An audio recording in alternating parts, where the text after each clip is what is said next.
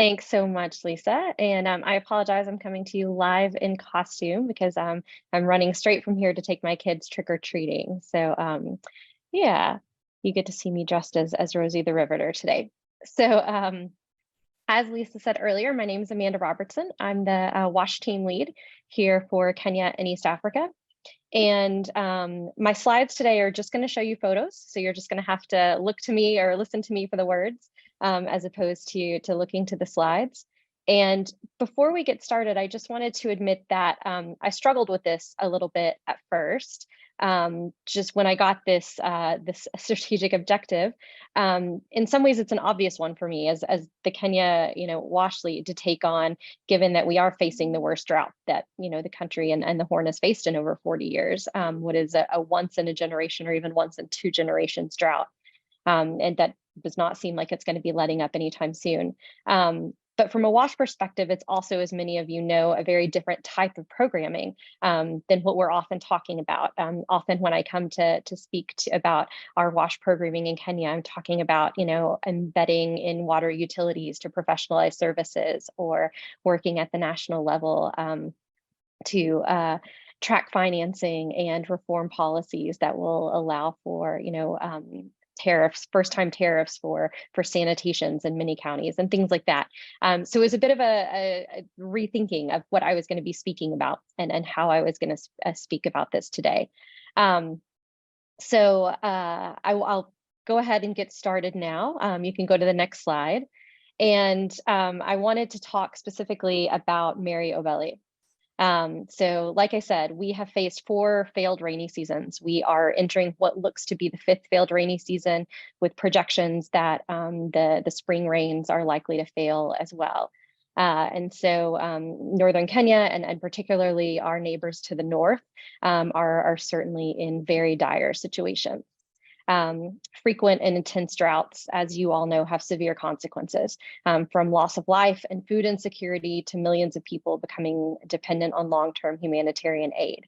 Mary Obeli is one of over 4.2 million people right now in northern Kenya that need life-saving emergency access to water. This is not the 40% of Kenyans who need access to safe water, but one of the 4.2 million who needs immediate emergency life-saving access to water. She lives in Marsabit County, and like many of her neighbors, even before the drought, she struggled to access clean water and relied on shallow wells for decades. During the droughts, these became dry as well. Next slide, please. So Mary felt relief when the county government and USAID launched an initiative to reduce the distance residents must walk in search of water for survival. Marsabit actually right now is logging the longest distances for water because they are in a particularly unique situation of facing high levels of conflict, inter-ethnic conflict, conflict over resources that's layered on top of the drought. And so they in particular, we are often hearing, 40, 45 kilometers being walked to find water in Marsabit. And so since 2013, USAID has, through its Kenya Partnership for Resilience and Economic Growth, facilitated joint efforts between the national government, the National Drought Management Authority, a parastatal of the government, and 33 different USAID-supported partners in the region. And part of this effort has involved helping Mary's community form what's called a ward planning committee, a ward being the smallest level of government. The committee streamlined water management and revenue collection for the ward and secured an innovative grant to install prepaid water meters, as well as a grant to rehabilitate their pipeline system. This allowed water to be piped from a borehole sunk by the Marsabit County government, leveraging the funds that the county government was putting into this.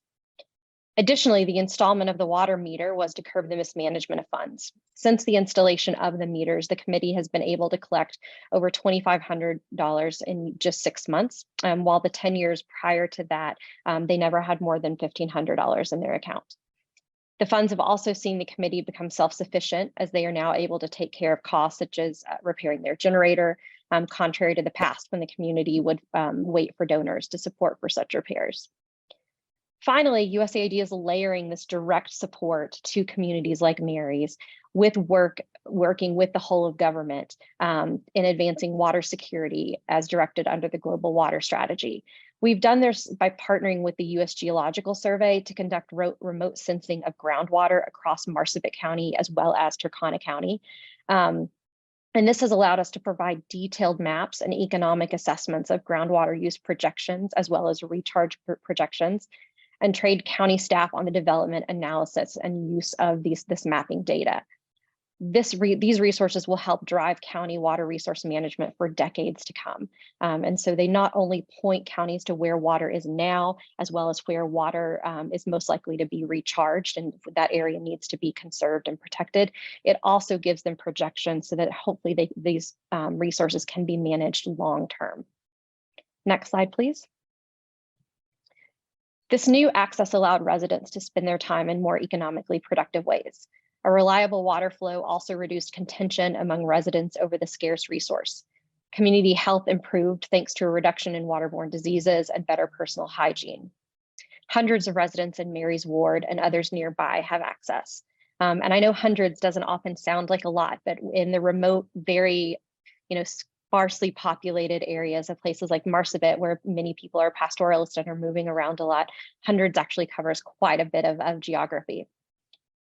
And so because water scarcity is set to worsen as the demand for water or demand for it grows at twice the rate of population, the Marsabit County government has sunk 150 centrally located boreholes across the county and distributed plastic tanks to residents.